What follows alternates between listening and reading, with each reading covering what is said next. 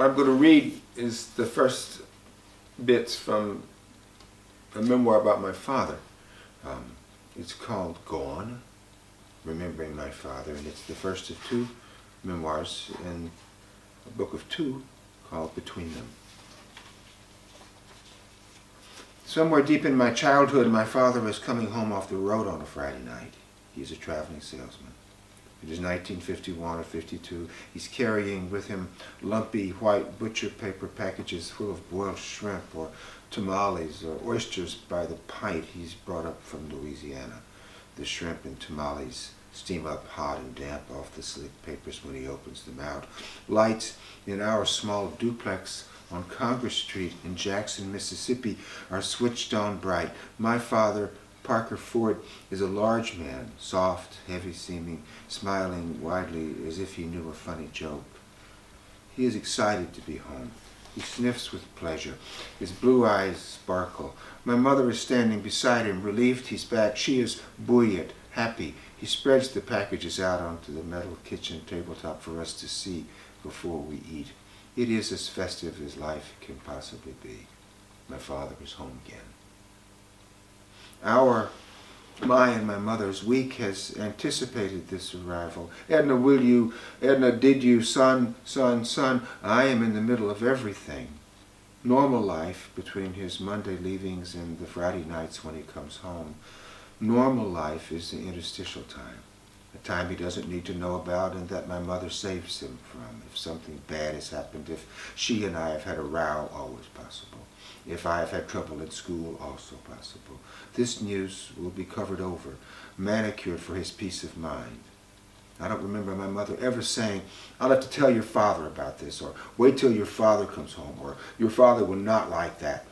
He confers, they confer, the administration of the week's events, including my supervision, onto her.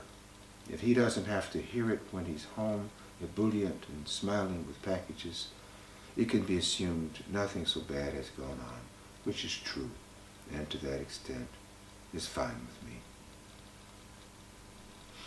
His large, malleable, fleshy face was given to smiling.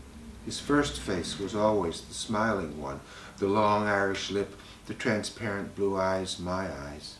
My mother must have noticed this when she met him, wherever she did, in Hot Springs or Little Rock, sometime before 1928, noticed this and liked what she saw. A man who liked to be happy.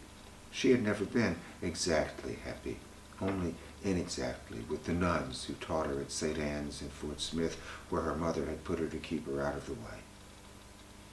For being happy, however, there was a price. His mother, Minnie, an unyielding immigrant from County Cavan, a small-town widow and a Presbyterian, maintained views that my mother was Catholic. Why else go to their school?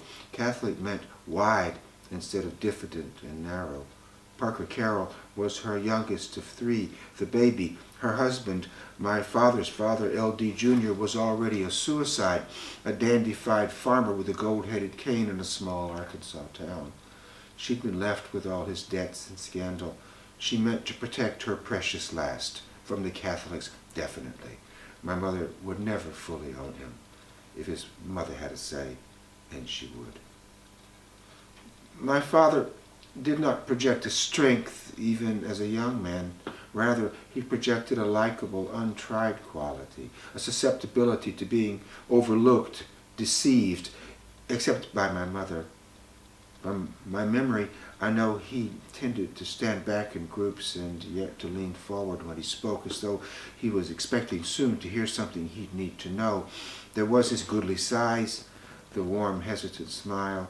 A woman who liked him, my mother, could see this as shy, a fragility a wife could work with. He would likely not disguise things or himself, a man who wasn't so knowing that you couldn't take care of him.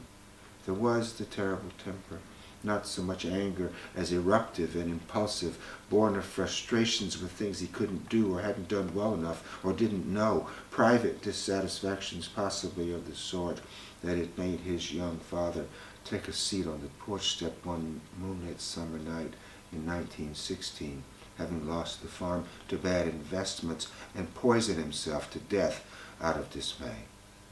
My father's temper was not of that kind. His sweetness, the large forward-leaning sunniness and uncertainty worked against that, allowing an opening for a life my mother could see and enter with the sound of her name, Edna.